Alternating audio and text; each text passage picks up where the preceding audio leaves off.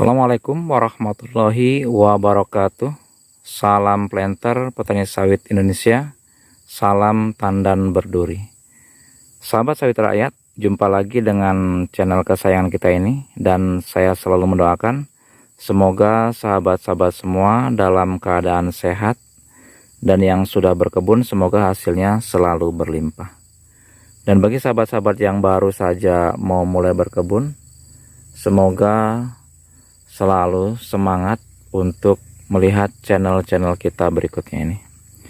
Sahabat sekalian, pada kesempatan kali ini saya akan membahas tentang 4 penyebab dari menurunnya produksi tanaman sawit kita, sahabat ya.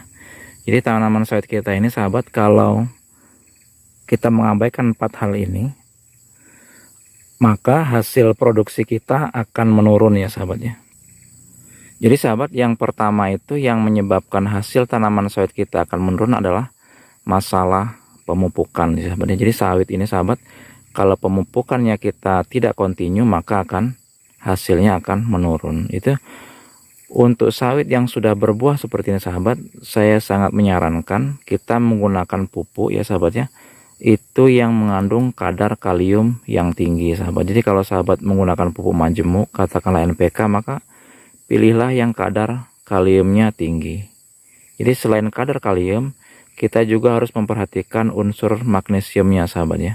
Jadi kalau kita menggunakan NPK yang ada kandungan magnesiumnya rendah, maka kita harus menambahkannya pupuk dolomit, begitu sahabat ya. Dan juga kalau kita menggunakan pupuk NPK yang kadar kaliumnya rendah, kita harus menambahkan pupuk MOP. Itu kunci yang pertama, sahabat.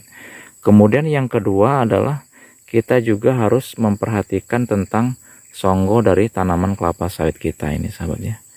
Jadi tanaman kelapa sawit kita ini jangan sampai kekurangan pelepah, sahabat. Karena pelepah ini sangat berfungsi sebagai unsur untuk selain melakukan fotosintesis juga penyerapan dari unsur hara itu, sahabat ya.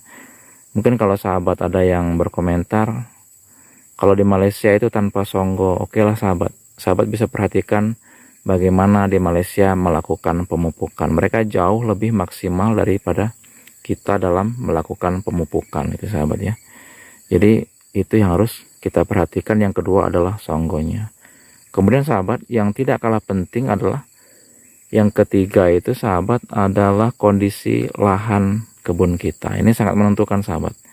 Jadi kalau sahabat kebunnya sudah subur ya, dengan pemupukan yang baik, maka hasilnya akan baik. Namun kalau kebun sahabat berpasir atau juga lahan gambut, ini tentu lain ceritanya lagi ya, sahabat ya. Karena kalau lahan pasir itu kalau ada hujan ya langsung terserap ke bawah dan hilang.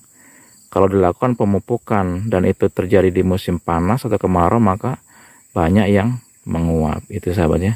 Jadi yang ketiga adalah faktor lahan juga menentukan dari hasil tanaman sawit kita, sahabat ya.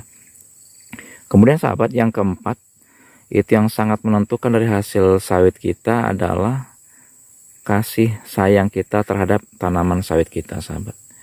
Jadi sahabat, kalau sawit ini ketika baru kita tanam, kita rajin merawat, memupuk, hendaknya cara ini juga harus berlangsung sampai sawit kita juga besar itu, sahabat. Jadi jangan ketika sawit itu sudah besar kita lupa kasih sayang, apalagi di saat harga pupuk murah. Mungkin kita, maksud saya sahabat, apalagi di saat harga pupuk itu mahal, kita lupa untuk memupuk.